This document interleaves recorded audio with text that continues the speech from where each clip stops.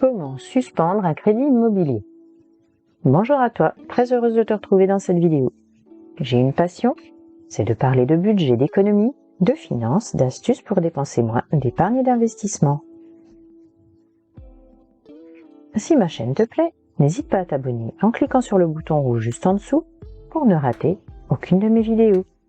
Clique également sur la cloche pour savoir quand je publie et surtout, n'hésite pas à laisser un commentaire.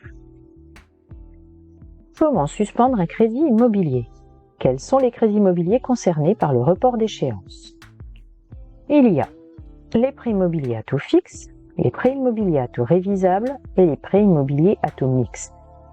Le report d'échéance est possible dans quelques offres de crédit immobilier modulable, dont celle de la Caisse d'épargne, Société Générale, Crédit Agricole, Crédit Mutuel CIC ou du Crédit du Nord. Certaines banques offrent même la possibilité de bénéficier jusqu'à 3 reprises non consécutives pour une durée totale de 12 mois. Dans ce cas, un délai de 12 mois est à respecter entre chaque report. Si votre établissement financier ne vous propose pas ce report, cela peut valoir la peine de penser au rachat de crédit. Se tourner vers un nouvel établissement peut vous permettre d'envisager ensuite cette option et d'alléger votre budget le temps nécessaire. Afin d'alléger immédiatement vos charges mensuelles, nous vous conseillons avant tout de remettre en concurrence votre assurance emprunteur. Depuis 2018, vous pouvez changer d'assurance emprunteur chaque année. À la clé, des économies de plusieurs milliers d'euros, car les contrats alternatifs sont en moyenne 2 fois moins chers que ceux des banques. Quels prêts immobiliers ne permettent pas le report d'échéance? Les prêts immobiliers que je vais te donner ne permettent en revanche pas le report d'échéance. Les prêts relais, crédits immobiliers à taux fixe dont ne seront remboursés que les intérêts durant la durée du crédit. Le capital emprunté sera remboursé au terme du crédit. Les prêts à taux zéro, prêts réglementés, les prêts conventionnés ou prêts réglementés ou PC, les prêts à l'accession sociale ou alors appelés PAS. Donc ceux-ci ne permettent pas le report d'échéance. Il y a également ne permet pas donc le prêt 1% logement ou employeur et les prêts PEL ou CEL qui sont aussi des prêts réglementés. Comment fonctionne la suspension de prêt immobilier?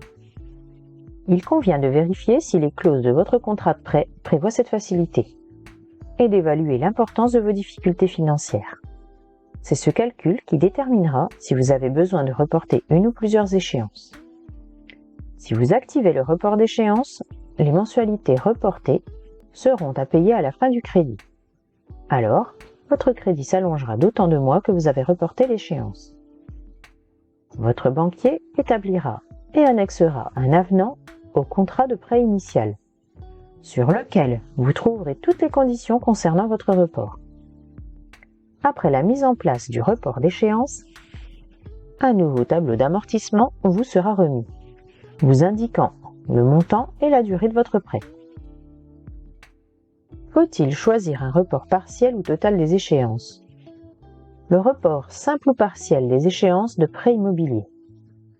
Il correspond à la suspension du remboursement du capital. Les intérêts et l'assurance de prêt continuent à être payés normalement. Le crédit se voit allongé proportionnellement au nombre de mois de report. Un report partiel sera moins coûteux pour l'emprunteur s'il l'active en fin de crédit, plutôt que lors des premières années de remboursement. Cela s'explique par le fait que vous payez principalement les intérêts en début de crédit, alors qu'à la fin, la majeure partie de vos remboursements concerne le capital emprunté. Les avantages? La mise en place de ce report est très simple à prévoir, car l'allongement de la durée du crédit comme le coût supplémentaire sont facilement calculables à l'avance. Il est moins onéreux que le report total. Inconvénient?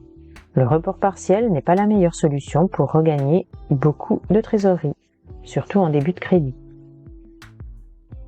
Le report complet ou total des échéances de prêt immobilier correspond à la suspension du remboursement du capital et des intérêts. Seul le paiement de l'assurance se poursuit normalement. L'allongement de la durée du prêt dépendra de son taux de prêt immobilier, de sa durée et du moment où le report est effectué. Il sera très supérieur à celui d'un report partiel. Le report total vous coûtera moins cher en fin de crédit qu'au début, car pendant cette période, l'emprunteur rembourse principalement du capital.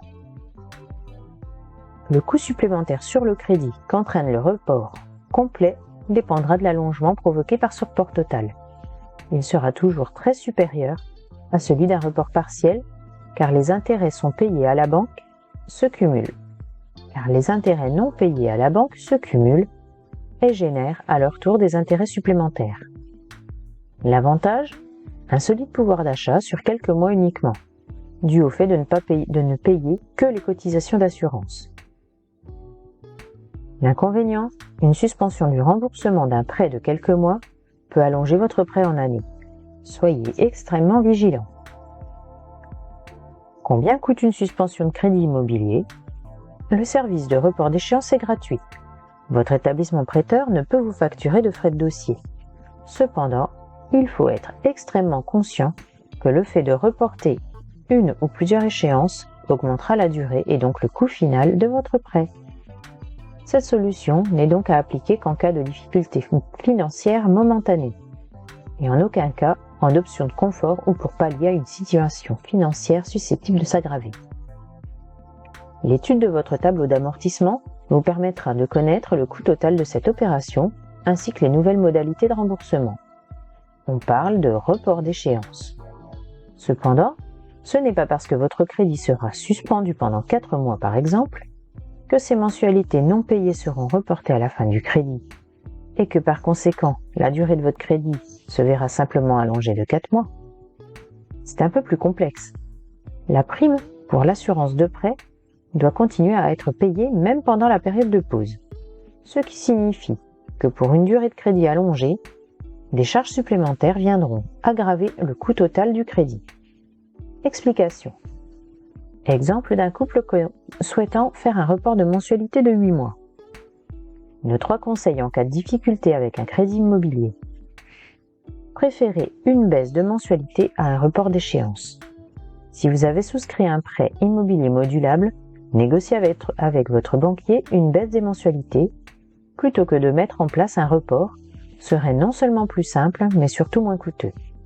Car vous continuerez à rembourser une part de capital dans vos mensualités au lieu de payer uniquement les intérêts de l'assurance. Et l'assurance. Faites racheter vos crédits pour éviter un surendettement.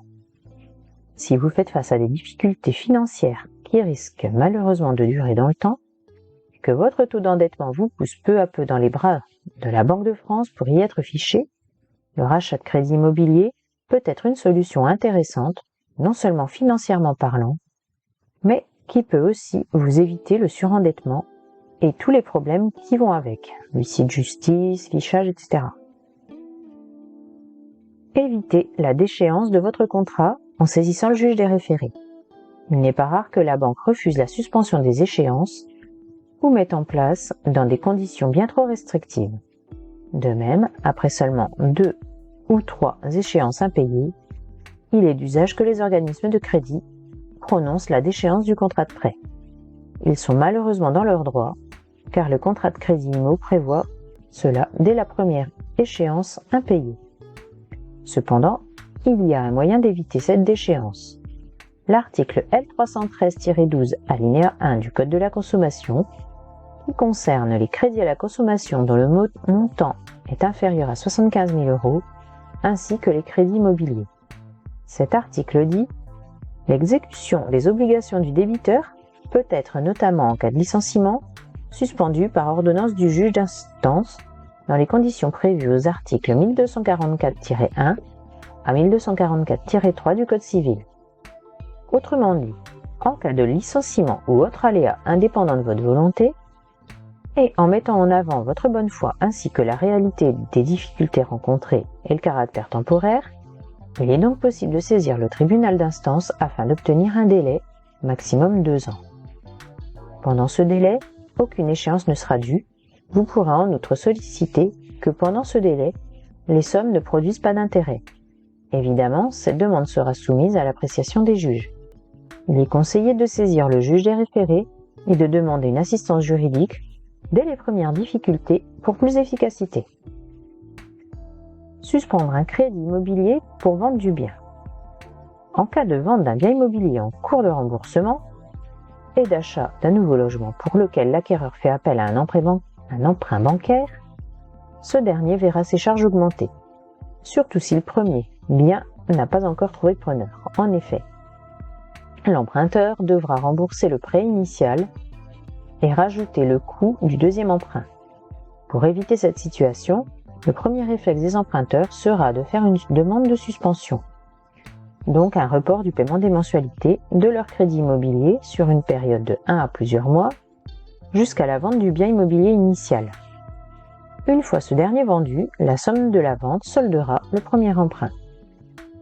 Cependant, différer ces mensualités représentera un coût supplémentaire pour l'emprunteur car non seulement cela allongera la durée totale de l'emprunt, mais de plus les intérêts bancaires ainsi que l'assurance du prêt devront toujours être payés.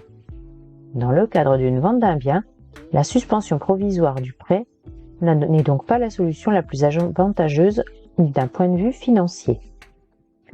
Le prêt relais représente une solution alternative pour l'emprunteur vendeur. Comment fonctionne le prêt immobilier relais?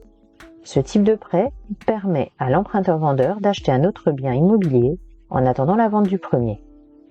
En obtenant une avance pour acquérir le nouveau bien immobilier, avance qui peut représenter 50 à 80% du prix d'achat.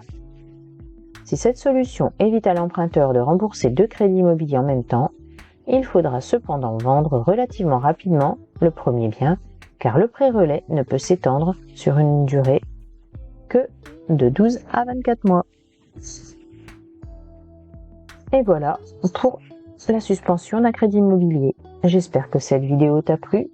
On se retrouve très bientôt dans une prochaine vidéo. Et n'oublie pas de t'abonner. À tout bientôt.